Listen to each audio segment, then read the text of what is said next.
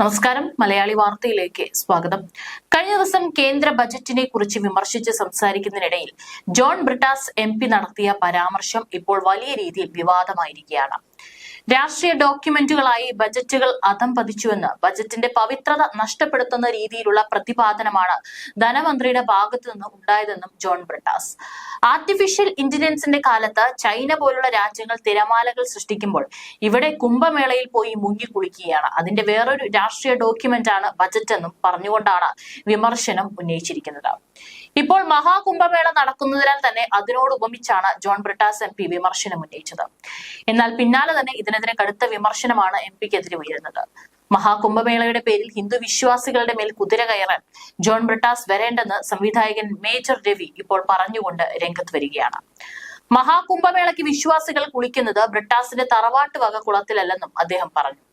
മുസ്ലിം സഹോദരങ്ങളുടെ വിശ്വാസങ്ങളുടെ മേൽ കൈ കടത്തി ഒരു വാക്ക് പറയാൻ ബ്രിട്ടാസിന് ധൈര്യമുണ്ടോ എന്നും മേജർ രവി വെല്ലുവിളിച്ചു. ഹിന്ദു വിശ്വാസത്തിൽ അനാവശ്യമായി ബ്രിട്ടാസ് ചൊറിയാൻ നിൽക്കരുതെന്നും ഇക്കാര്യം വടക്കേ ഇന്ത്യയിൽ പോയി പറയാൻ ബ്രിട്ടാസിന് ധൈര്യമുണ്ടോ എന്നും മേജർ രവി ചോദിച്ചു.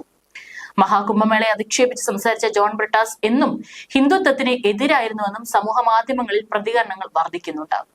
പണ്ട് മാതാ അമൃതാനന്ദമയി മഠത്തിൽ നിന്നും തെറ്റിപ്പിരിഞ്ഞുപോയ വിദേശ വനിത ഗെയിൽ ട്രെഡ്വെല്ലിനെ വിദേശ രാജ്യത്ത് പോയി അഭിമുഖം ചെയ്യാൻ വലിയ ഉത്സാഹവും തിടുക്കവുമായിരുന്നു അന്ന് ജോൺ ബ്രിട്ടാസ് കാണിച്ചത്. സംഗതി വിവാദമായപ്പോൾ CPM-ഉം ജോൺ ബ്രിട്ടാസിനെ പിന്തുണച്ച് മാതാ അമൃതാനന്ദമയിക്ക് RSS സംരക്ഷണം നൽകുകയാണെന്ന് ആരോപിച്ച് രംഗത്ത് വന്നു. അന്ന് മാതാ അമൃതാനന്ദമയുടെ മഠത്തിലെ ആരോപണം ഗൗരവമായി അന്വേഷിക്കണമെന്ന് ആവശ്യപ്പെട്ട് അന്നത്തെ CPM സംസ്ഥാന സെക്രട്ടറി പിണറായി വിജയൻ വന്നപ്പോൾ അന്നത്തെ മുഖ്യമന്ത്രി ഉമ്മൻചാണ്ടി നൽകിയ മറുപടി ഇതാണ്: മാതാ അമൃതാനന്ദമയിയും അവരുടെ മഠവും നൽകിയ സംഭാവനകൾ വിസ്മരിക്കരുത്. മുൻകാലങ്ങളിൽ അവർ ചെയ്ത സേവനം ഓർമ്മിക്കണം. അമ്മ സമൂഹത്തിന് ചെയ്ത വലിയ സേവനങ്ങൾ പിണറായിക്ക് അറിയില്ലായിരിക്കാം. എന്നാൽ അവരുടെ സേവനം നേരിട്ട് കണ്ട ആളെന്ന നിലയ്ക്ക് അവരെ വിമർശിക്കാൻ എനിക്ക് സാധിക്കില്ല. സുനാമി ദുരന്തത്തിൽ എല്ലാവരും പകച്ചു നിന്നപ്പോൾ ആദ്യമായി സമൂഹത്തിന്റെ സുരക്ഷയ്ക്കായി മുന്നോട്ട് വന്നത് മാതാ അമൃതാനന്ദമയിയും അവരുടെ മഠവുമാണ്. ഒരു പുസ്തകത്തിൽ എഴുതിയ ആരോപണത്തിന്റെ പുറത്ത് അമ്മയെ വിമർശിക്കരുത്. അവർ മുൻകാലങ്ങളിൽ നിരവധി സേവന പ്രവർത്തനങ്ങൾ നടത്തിയിട്ടുണ്ട്. അത് പിണറായി മറക്കരുത് എന്നായിരുന്നു അന്നത്തെ ഉമ്മൻചാണ്ടിയുടെ പ്രതികരണം. ഇപ്പോഴുണ്ടായ വിവാദങ്ങളും ഹിന്ദു ആചാരങ്ങൾക്കും വിശ്വാസങ്ങൾക്കും എതിരെയാണ്. മഹാകുംഭമേള നടക്കുമ്പോൾ തന്നെ ലോകത്തിലെ പല കോണുകളിൽ നിന്നും കോടാനുകോടി ആളുകൾ അങ്ങോട്ടേക്ക് ഒഴുകിയെത്തുകയാണ്.